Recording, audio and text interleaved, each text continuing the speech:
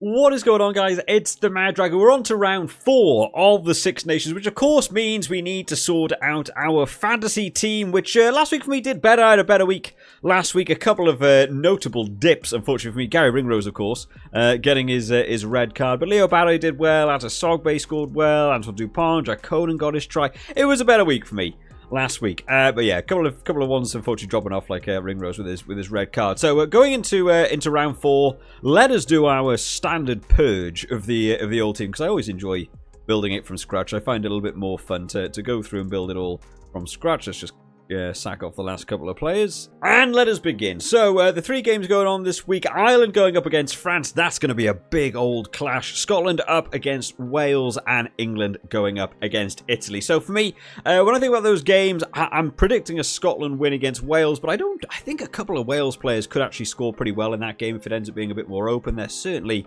a couple of the Welsh backs can score well, as you know, look at the back row. Jack Morgan, Faletau, players like that can score well. I'm also going for an England win over Italy. They got absolutely hammered by France last week, and I think England will really try and maybe put a good marker down on that game. So I think an England win. Ireland, France, I think could really go either way. I'm still slightly favouring Ireland for it, but I certainly think French backs could score better than Irish backs. Just from sheer meat just made in Ireland might stick it through the forwards a bit more. So a bit trickier to decide on that one for me. First of all, I want to start up with where do I think the most points are going to be scored from the backs. For me, it's the Scotland team. I'm really expecting a lot from this Scotland team. For me, Duhan van der Merwe. We had a great game against England. I rolled the dice on thinking everyone was going to pick him versus England because he always steps up. I thought I'm going to roll the dice and not pick him myself and hope he ends up having a much worse game. And that way I would, the 4D chess of it all, I would be able to outwit people. Nope, had a great game and it wasn't worth the risk. Going up against Wales, I'm expecting similar, defenders being able to be beaten. Wales can play quite narrowly. I'm expecting, hopefully, Scotland play quite expansively, get it out to players like Duhan van der Merwe to be able to make a big impact. I'm also looking at this fullback shirt because someone I absolutely think I've been sleeping on the whole time, who has done very, very well. And I've really not really given him a lot of credit for how well he's been doing. Has been Blair Kinghorn, who's been scoring very, very well. The sheer number of meters made, he's been working the full counter-attacking runs from the fullback position. And Wales are a team that do kick. They do kick a lot. So I'm expecting Blair Kinghorn to receive a lot of that possession in the backfield as well. So I'm going to put Blair Kinghorn in there as well for fullback. As well as someone else that I want is going to be Jack Dempsey. The number 8s, every team is utilising number 8s against Wales at the minute. And, Jack Conan got over his try last week. Greg Aldreed scored well against Wales for them. A number 8 going in for a team up against Wales, I certainly think is a good call. So I'm going to look for Jack Dempsey to go in there as well. I also think it's probably worth having a look at maybe this sort of section. You could go for a full Scottish lockout, to be fair, in the back 3 and have Darcy Graham in there as well. Certainly, a live wire to get some big points in this one. I don't think he's actually as expensive as Duhan van der Merwe. Yeah, he's 16.6, so he is a cheaper option to go for as well. But I also want to make sure I've got my centres in there, and Hugh Jones is another one. I just don't think I can afford to not go for this guy. I'm expecting Scotland to play expansively. That's the dice roll I'm going for. A bit more expansively. 3 Scottish backs for me is how I'm going to want to play this one.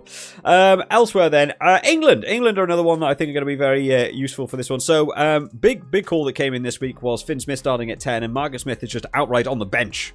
He's just not in, so kick taking also going to be taken over by Finn Smith as well. Finn Smith for me going in there as my number 10. I think going up against Italy, point scoring from kicks will be ever important as well. So I think Finn Smith going in there is going to be a good call. Going up against Italy as well, they've also gone for a 6-2 on the bench. So I think having some of these English forwards in there as well is also going to be useful. Ben Earl is just someone who just always plays well. So let's put Ben Earl in the side as playing at 7 this week with Tom Willis. Moving to the number 8 shirt. I'm also kind of tempted by the concept of getting an English hooker in, maybe for looking for those driving walls. I was tempted by the concept of, I need to get rid of Julian Marchand as well, of maybe putting Luke Cowan-Dickie in as a super sub. I'm wondering in that second half whether England might really look for the driving maul tries to come in. And Luke Cowan-Dickie might end up being a super sub that I'm thinking Is he someone that could come on and actually get maybe, you know, a couple tries in that second half from the driving maul? Someone to keep an eye on for me there. In fact, I think what I'm going to do, I'm still going to back my my Dan Sheehan pick at hooker, even though his points haven't been quite where I wanted them to be when I've had him in the team. I think I'm going to go Dan Sheehan there, and I kind of want to go for that Luke Cowan-Dickey pick maybe, but I'll move Dan Sheehan in at hooker position because I think he'll certainly want to do a lot of ball carrying in his game. England going up against Italy as well. It's got to be worth having some England backs in there as well, right? So let's have a look at the centre department. Now, Fraser Dingwall has come in and is at a 10.4 and makes it a little bit cheaper for me. So I'm kind of tempted by the idea of Fraser Dingwall going in there, to be honest. I just think, yeah, a little bit. I know Ollie Lawrence I certainly think will play well, but I think he might be a bit of a cheaper option just to slot in there. We are working with 108 stars remaining.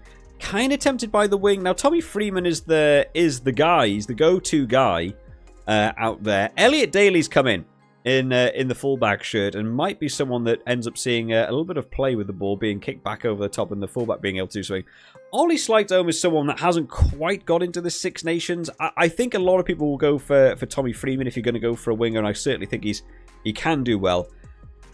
I think I might go for Ollie Slightome because I'm waiting for him to really have that game to notch it up that extra little bit. But going up against Italy might be the game he does it. Maybe, you know what, I'm going to roll the dice on it and hope Ollie Slightome comes in. I don't think Tommy Freeman would be a bad pick either, though, going in for the England jersey. Props are a little bit tricky. Props typically just don't score well, so I'm going to stop trying to utilize my my big prop budget on some of the, you know, like the teams I think are going to win, like going for an English prop or do so. I'm actually going to look down here to a player that I think was brilliant last week. I think he had a superb game. Is Wilgriff John. I think is going to go in there. Could cause a bit of disruption maybe for the Scottish scrum, but I certainly think he's someone I'm keeping an eye out on. It could be Wilgriff John coming in there, but also 8.3 stars makes that a little bit more of a budgetary pick for me. Welsh locks. I mean, the Welsh locks are busy tackle-wise. I mean, they're scoring, 20-odd points for David Jenkins and Will Rowlands there. I might try and stick with Will Rowlands just for this round. 11.3. I'm thinking budget again, just to free up some money. Well, money or stars elsewhere for me. The scrum half department is tricky because for me at the minute it is either you go for Antoine Dupont, who's 21.5, or you go for James Gibson Park, who's 17.2. James Gibson Park's been playing very well. I'm still thinking Antoine Dupont is a guy I just don't want to have out of the team at this point. So I'm gonna put him back in the squad. That puts me at 54. To be able to get all these positions, getting very, very full at the minute. Thibaut Flamand has come in for France as well, who's always someone that can make a good break once the line begins to open up. So I'm kind of looking at maybe putting Thibaut Flamand into to my team as well. That'll put me at 42 stars. This actually is not too terrible from where we've been in the past for doing these.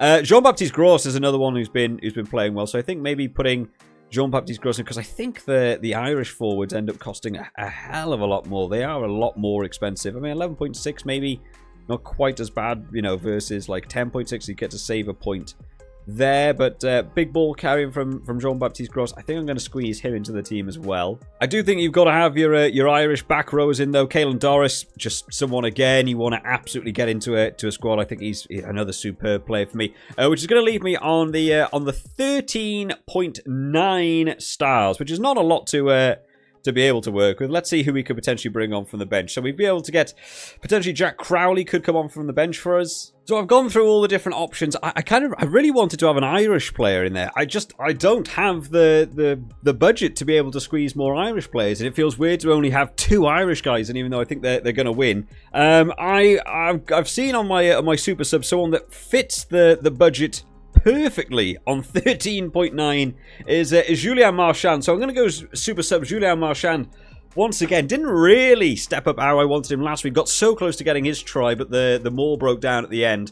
I'm just going to have to hope he has a better round this one. So overall, we're looking at 4 Scottish players, 4 English players. I've actually got 4 French players in, even though I've gone for the prediction of an Irish win. Dan Sheehan still remaining as my main hooker there, but Jean-Baptiste Gros is a little bit cheaper from a prop department, and also I think carries the ball well. Thibaut Flamand, I think if you could get like a Tyg Byrne or someone in here, that would absolutely be brilliant. But I've gone for a cheaper option of Will Rowlands and Thibaut Flamand, who if he can break a line is absolutely a way. So someone to keep an eye out for. And then for me, again, Antoine Dupont or Jameson Gibson Park, you know, could either go in there. There's certainly ways I could have fit more Irish players in here, but the Irish players cost a lot for the budget thing, and there's a couple of cheaper options just to allow me to have where I think the big points to be scored this game is going to be the Scotland and England players. I think more points are going to be scored there, even though it's a huge clash between Ireland and France. Sometimes those games, because they're so big and meaningful, end up meaning players don't, you know, they're not quite able to explode as much as they are in other games. So I'm taking a bit of a switch here on not going for any of the French backs who've been brilliant. I've taken a bit of a switch on not having a great deal of the Irish players in here. I think they're going to win. I'm going to back the Scotland and England games for this one, and a couple of other cheaper options, and hope Julien Marchand comes on from the bench for me and he'll do better than he did last week. Let me know down in the comment section, guys, who's getting into your team, what changes would you have made along the way. Oh, we also need to pick a captain. I mean, there's one and only captain here for me. Absolutely going in as my captain is Duhan van der Merwe. I think Scotland's a good. I honestly think any of the back three for Scotland could be a good pick here. Duhan van der Merwe, Blair Kinghorn, Darcy Graham also coming into the side as well. Be looking to, you know, make a big impact from his injury, missing out on a game or two. So, you know, I think Darcy Graham could also have been a good pick there for getting into the squad, but also been a captain.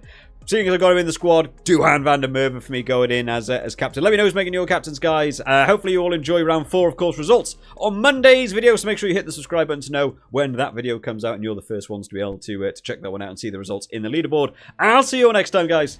Bye-bye.